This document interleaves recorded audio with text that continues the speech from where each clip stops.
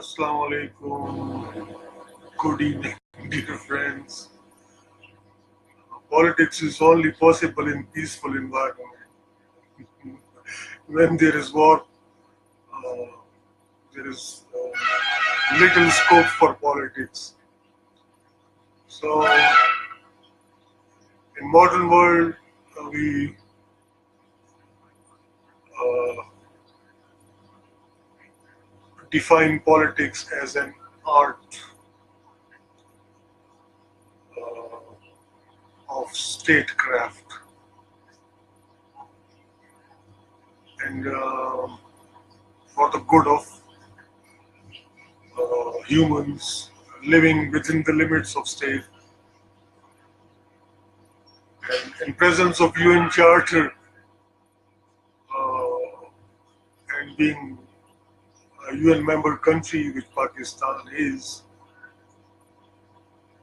we also talk in terms of world peace because the basic requirement for uh, UN membership is that a state must be peace loving.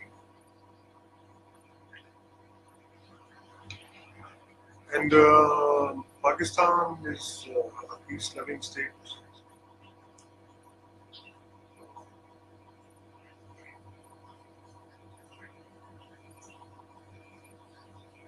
I don't want to go into history, but just to make the concepts clear that democracy, which has paved the way for peace,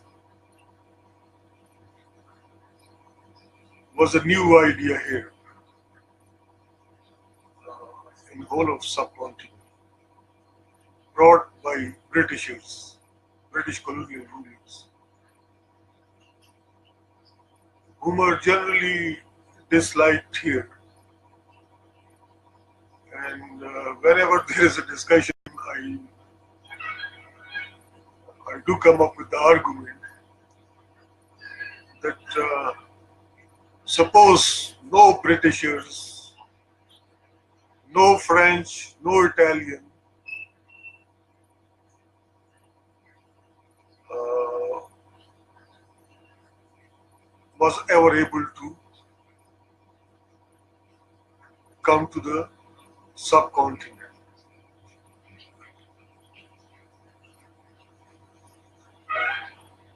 And now let us look into the on the ground situation in that case.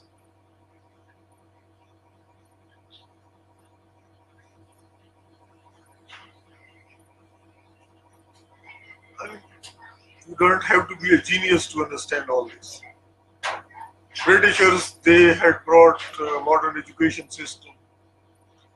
They had developed roads and other communication systems. They had introduced democracy here.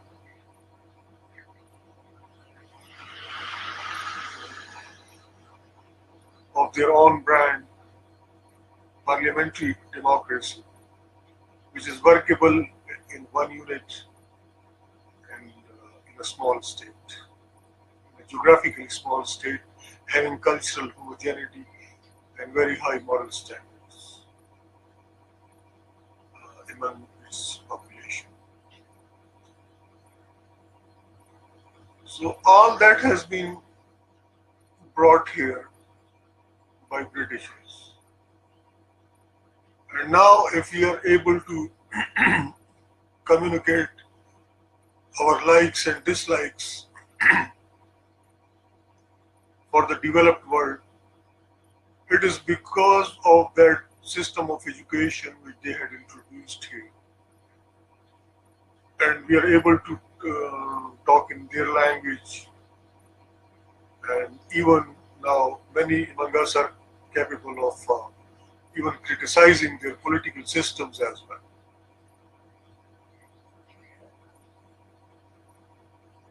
So if we make everything a point of contention or controversy, then you see, uh, as recently somebody has pointed out, that Jerusalem is a holy place, good for Muslims, Christians, and Jews as well. But now, someone is trying to create a situation that a holy place for all the three Abrahamic religions can become a point of dispute.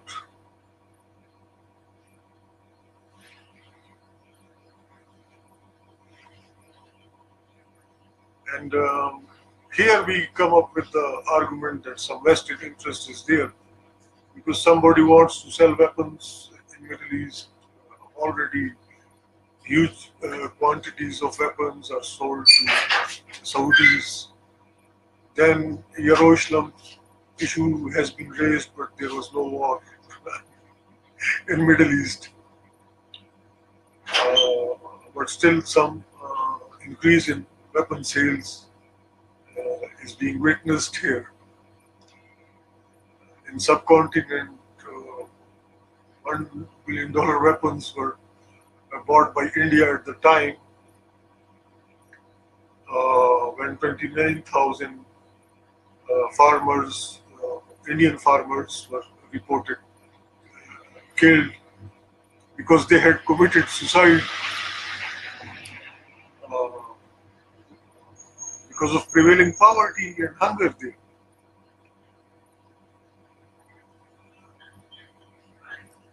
So,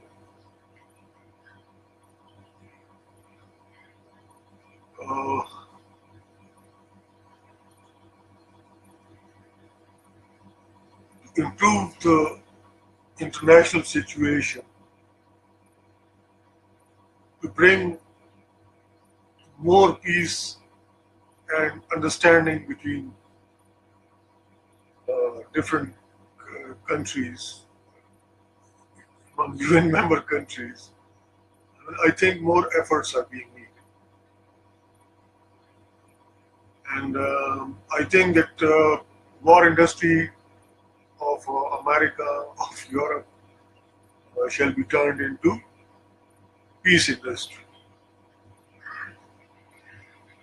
And once the peace has been ensured among committee of nations, then politics will become a really useful instrument. And militarization of the world will end.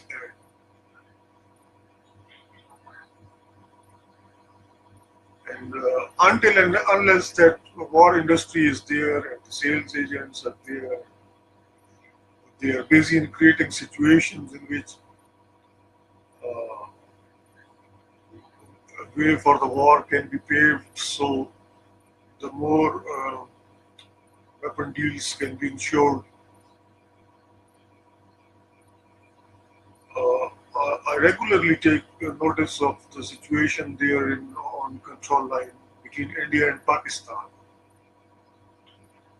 And in recent past, hundreds of violations on control line by Indian Army are made. And so many civilians are killed, or soldiers also martyred, and Indian soldiers were also killed.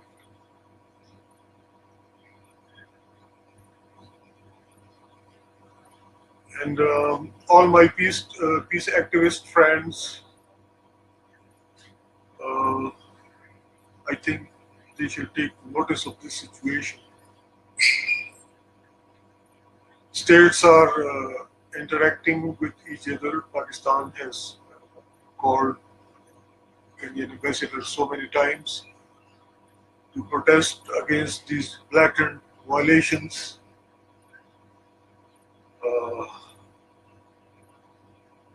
Still, I mean, after each protest, they violate the ceasefire on control line again. I don't know what Indians have in their mind. And last time an Indian anchor was discussing something with General Pervez Musharraf regarding Pak-India relations, and he was of the view that if you will send fighters to occupied Kashmir, which is popularly known as Indian-held Kashmir, where Indian army is doing atrocities,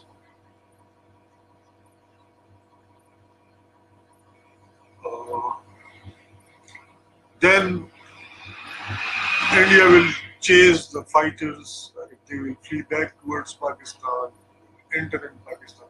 General had responded to them that if you will do that, we will take prompt action against you. That was some sort of a verbal war. And all those whom are involved in such activities, like firing, opening fire on control line between India and Pakistan, discussing prospects of war between India and Pakistan, and talking in terms of war between India and Pakistan. Somehow they are related to those weapon sellers of America and rest of the Europe. And even Russians, Chinese, they are also weapon sellers.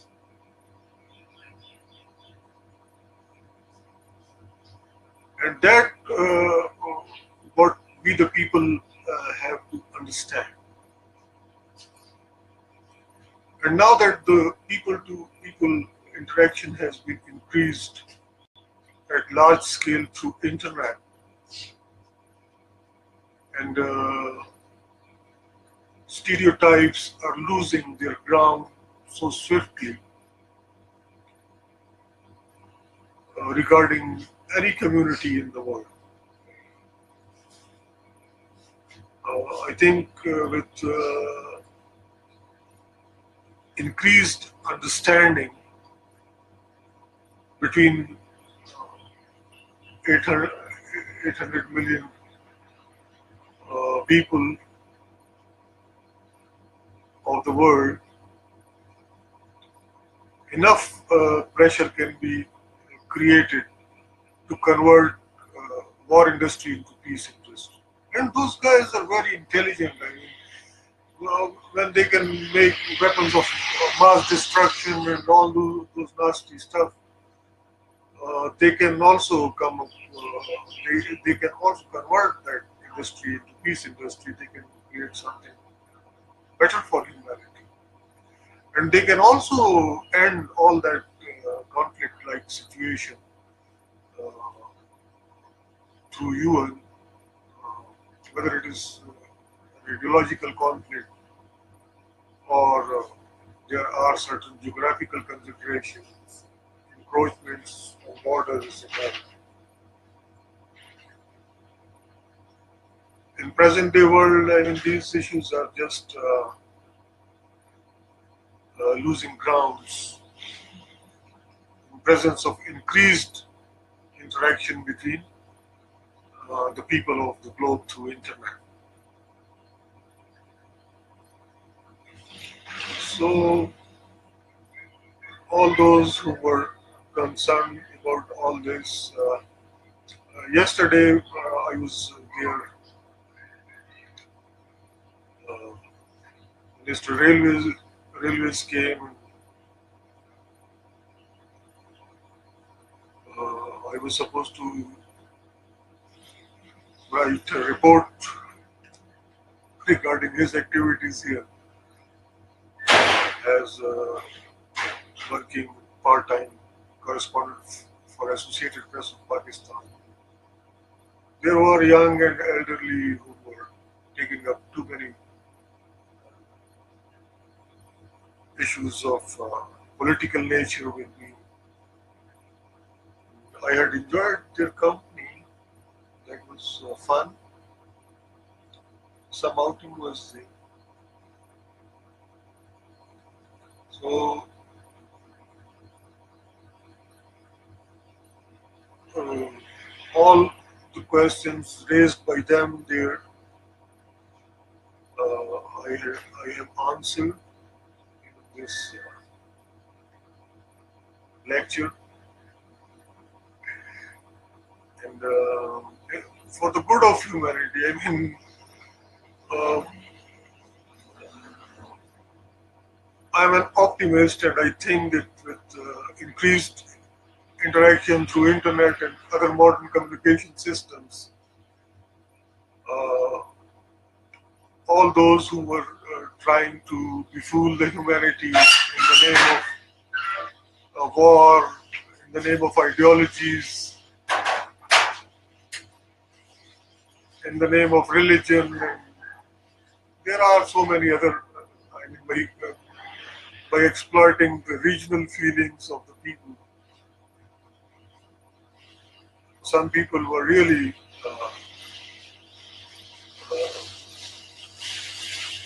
creating situation in which breach of peace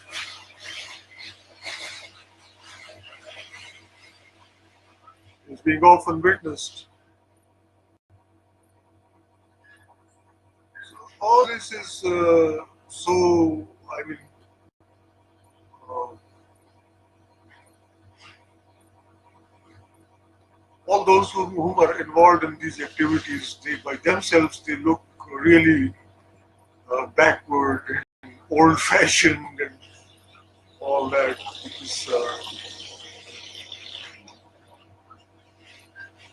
as I had said earlier in one of my video lectures, that uh, those who are trying to create hatred between the people of USA and Pakistan, they must know that people here in Pakistan, they do hear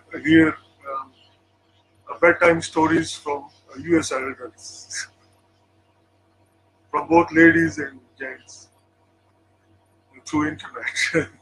it's it is really difficult to create any sort of misunderstanding between the people of Pakistan and USA as well.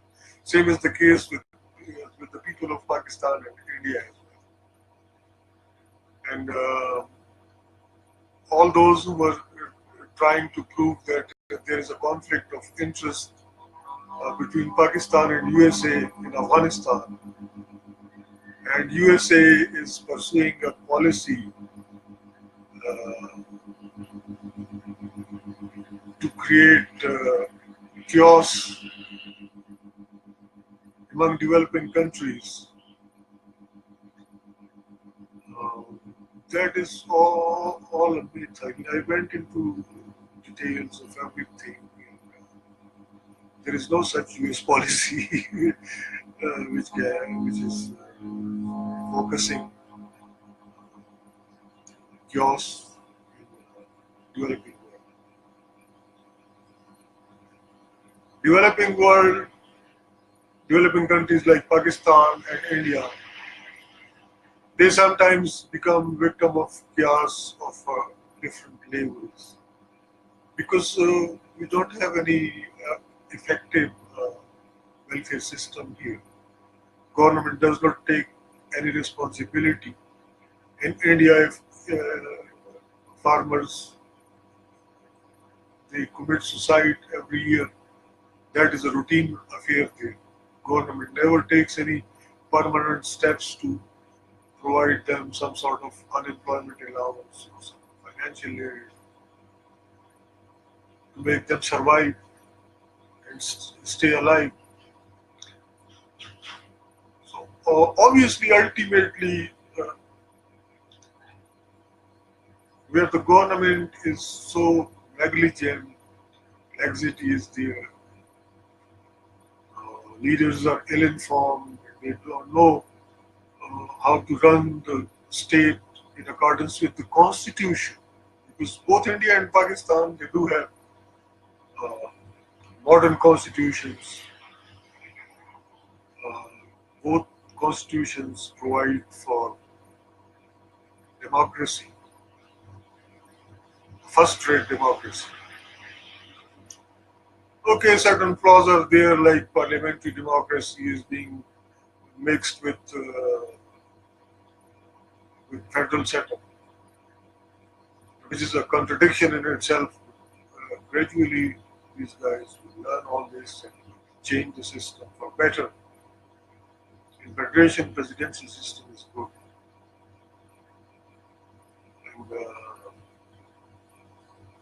and it is equipped with a system of checks and balances. The Supreme Court is having power of judicial review over executive head and legislature as well, which is also there in America, which is a classic example of federation.